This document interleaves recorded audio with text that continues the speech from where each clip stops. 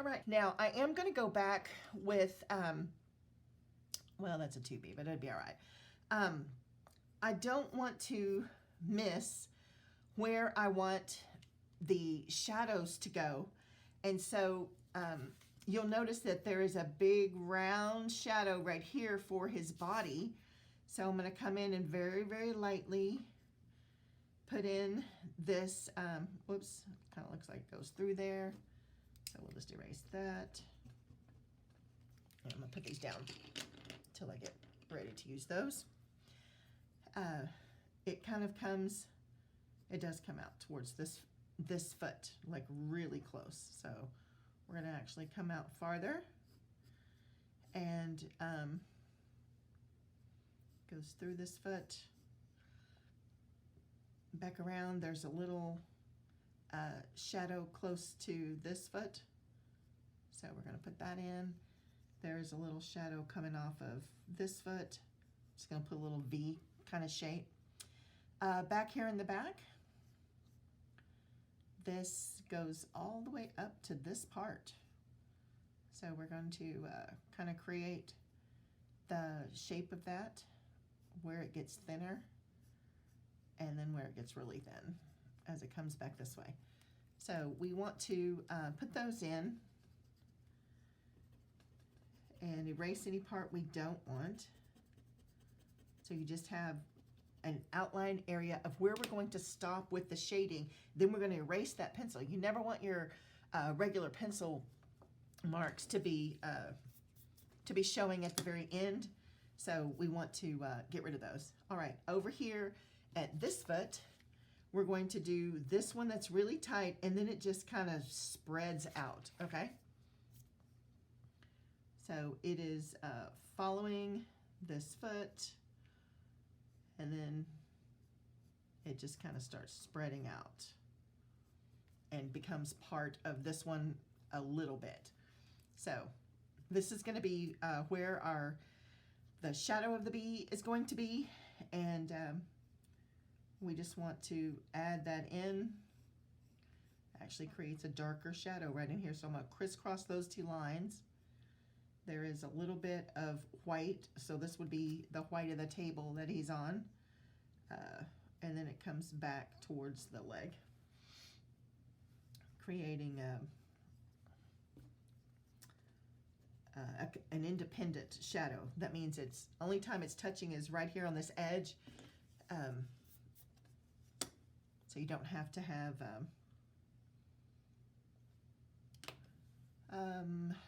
you know, like right where it touches, where it's really, really dark, it's going to stay very, very light.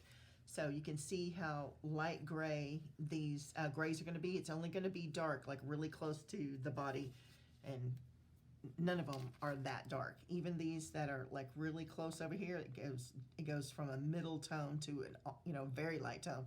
I would say that's probably close to 50 to 25 or something, you know, on the gray scale for a drawing class.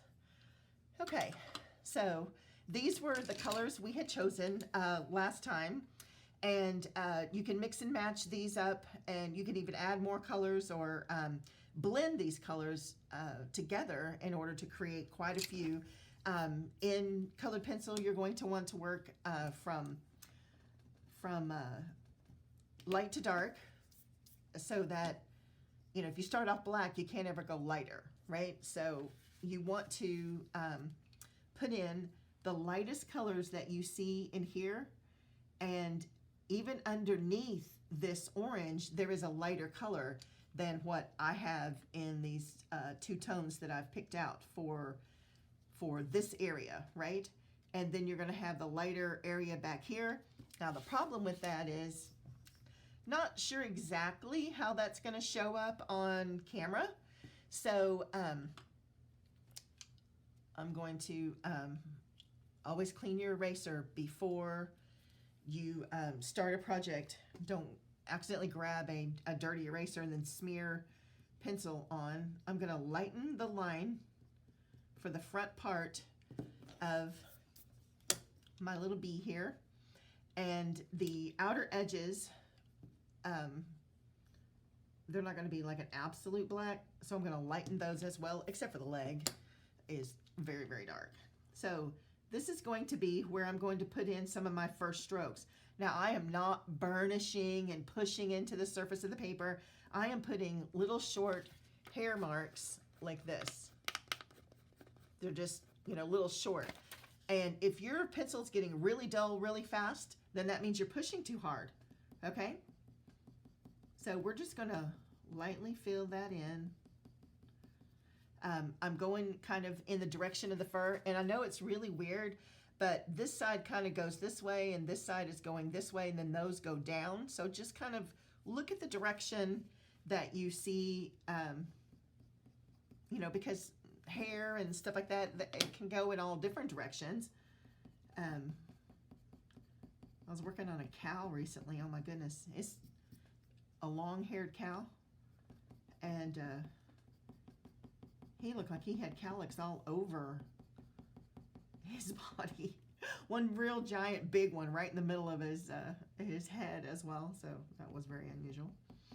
Now these little darker parts here, I am going to go ahead and go in between these lines, but I want those lines there because they are dark, and so I'm going to put that later color, and this is cream.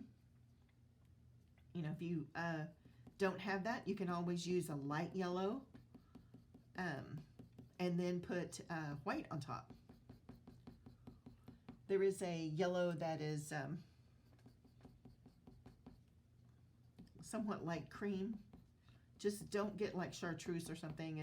That's too green. Okay.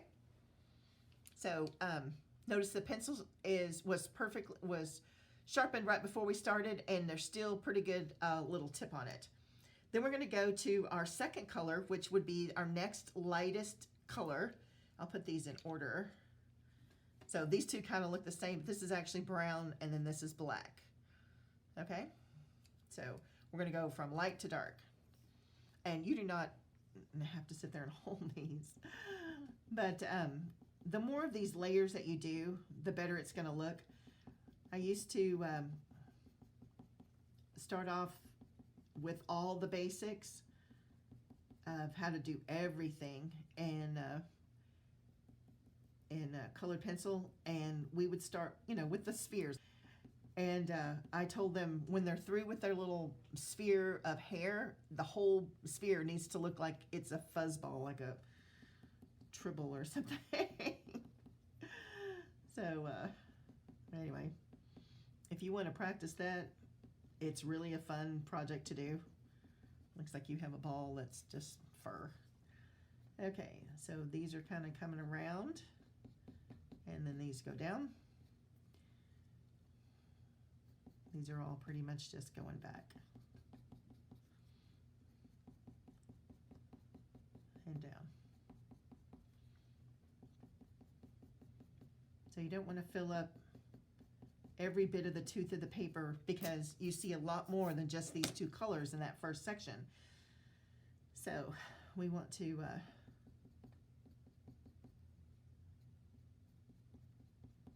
make sure you're leaving some of the gold color on the outer edges. So I'm going to erase this pencil line a little bit. Make sure you erase your pencil lines as you go. Once you get wax over them, you're not going to be able to get them out. So make sure you get, you know, erase them as you go.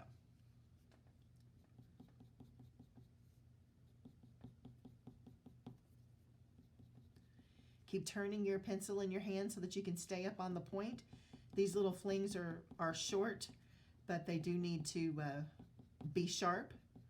Otherwise, you need to just keep sharpening your pencil. And some of these are looking kind of straight at you, so they're going to look even shorter. So you can use dots for those that look like they're coming straight at you, because you're just seeing the end of the hair, not the shaft of the hair. So it's going to look like they're getting shorter and shorter as we get here, but that just makes it look like it's looking more at you. See how long some of these are and how short these are? That's the illusion of drawing that. Okay, and I've got so many in my hand. I'm going to set these down that I've done, and then just keep building. Now this one doesn't have isn't all over. It's mostly concentrated on this left side. It's more here and just a little bit over here. Just FYI where I'm going. I want you all to be able to see that.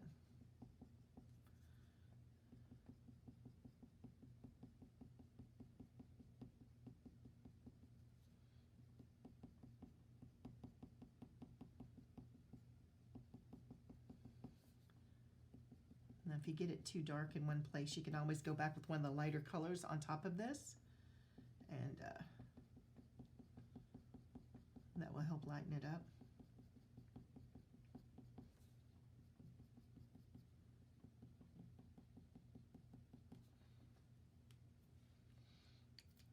Oops. Okay, that's what happens when you drop your pencils on your artwork. It isn't the easiest thing to get off, but this particular part isn't going to matter too much. Well, my goodness. I must have had some color in my brush or something, because it's got little bits all over. But remember, the legs are very, very, very dark. So this dot's going to get filled up, and this dot's going to get filled up. That's actually a shadow, but it's gray. So we might be able to take it out too with an X-Acto blade. Now this color is just pretty much around where the hair is connected into the head. So that's going to be right in there. It's kind of a little bit redder color. So you're not going to see it everywhere. It's a little bit over here. And then right as it comes in. Yep. That's pretty much it. I'm going to take some of this second color. Okay, stop rolling. And fill this in just a little bit more because it is a little bit denser. I have too much white showing through, or yellow showing through. So that's one of the reasons we build all these layers. And then we can go back and see what we need to add.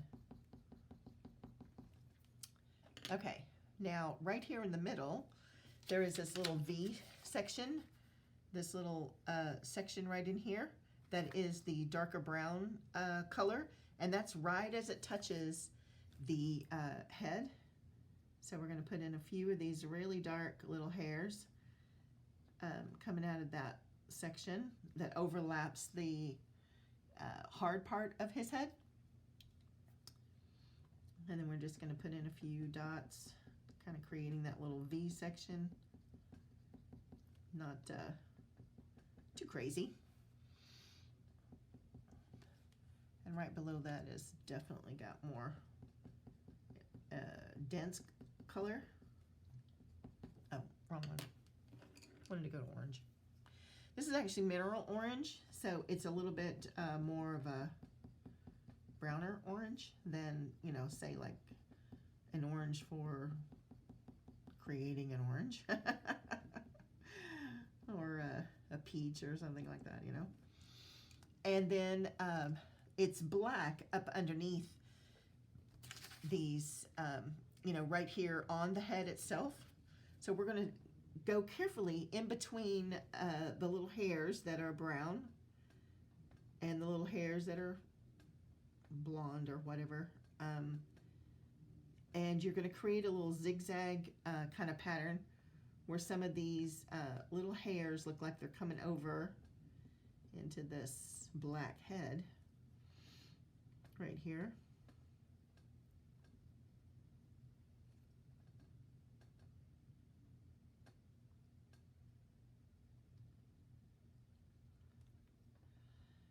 And it has a few, they're probably dark brown, but it's because it's in shadow. They look black, little hairs on the outer edge. And then this is the black face going up to the eye.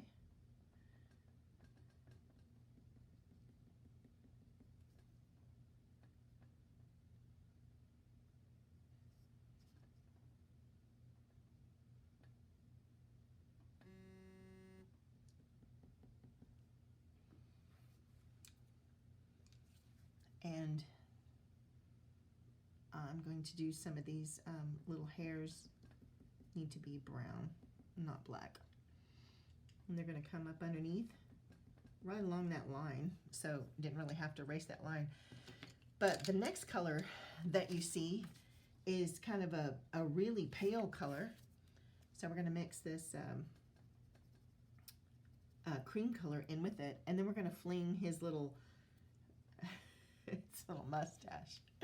Now, I don't want these little gray lines to show through the mustache, so that's the time when you need to erase the pencil lines.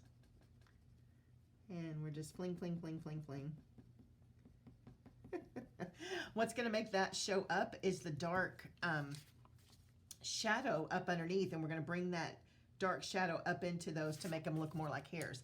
But right where they touch the face, it does get to be a little darker. So we're going to do some really super short little flings, kind of break up the yellow. It's kind of like the part in a hair, you know. And then the rest of his face right here has these little bumps and stuff on them. You can look really, oops, meant to get black. You can look really close, but if you put one on the right, you know to put one on the left. It's a symmetrical face. And then there was one kind of right in the center. And these are little, I don't know, they're like scaly kind of things. And then right up underneath here, it's very black going up. And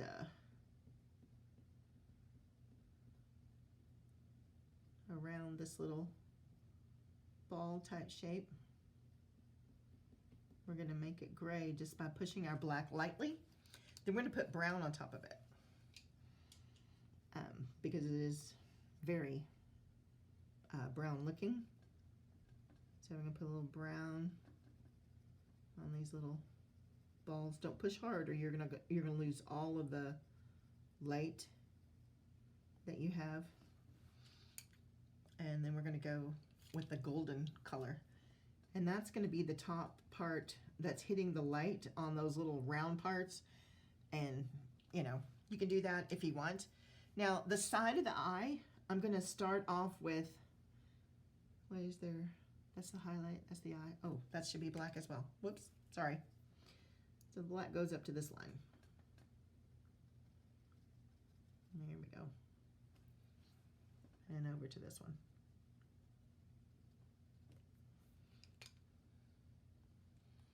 Highlight, eye, highlight an eye. This black goes up to here. Sorry about that. Just have to look at your reference photo really well. And this is short hairs of two different colors. And remember, if you put the black down first, you're going to be able to get the brown to look more like a dark brown, which it is. And then right next to the eye, it's actually gray. So I was putting brown there. Oh dear. And you don't want that to come along your picture. So this little piece right here, if you were to push it with your finger, you can make a big gray streak across your paper. So get rid of it with your brush or, you know, shake it off or whatever you need to do. Whoops. And let's get this gray in here. Why is this gray so brittle? Huh. It's cool gray 70%. I could probably go with the cool gray 50%. And if it wasn't dark enough, I could add the black. So we're going to go with our black into the black part of his eye, and that's mostly at the bottom and then around the highlight. So we're going to go mostly in the bottom and around that highlight. And on the outer edge, it's black as well. Need to get that gray all the way around. Gray. Oops. I don't know why I'm always holding on to them so much. But this is the black. There's a highlight above. There's a highlight kind of in the middle.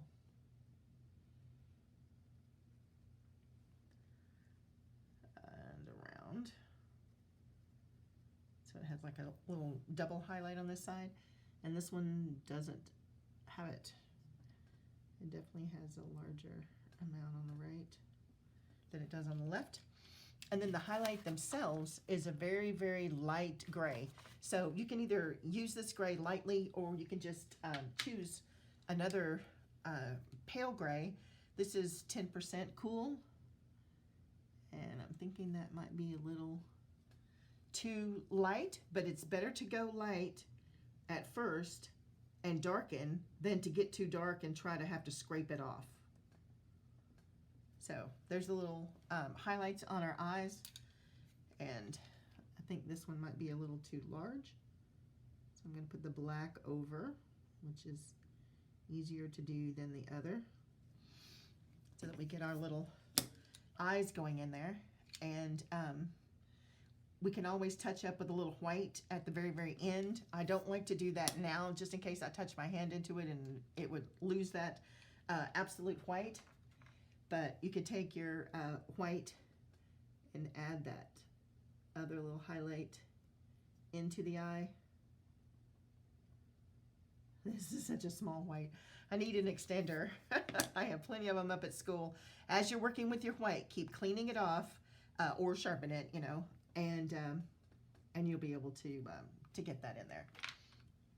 All right, let's just keep building up our body because it's taking a while. I'm probably just going to speed it up through these next parts, and I'll see you when we start doing the legs, or you'll hear me when I start doing the legs.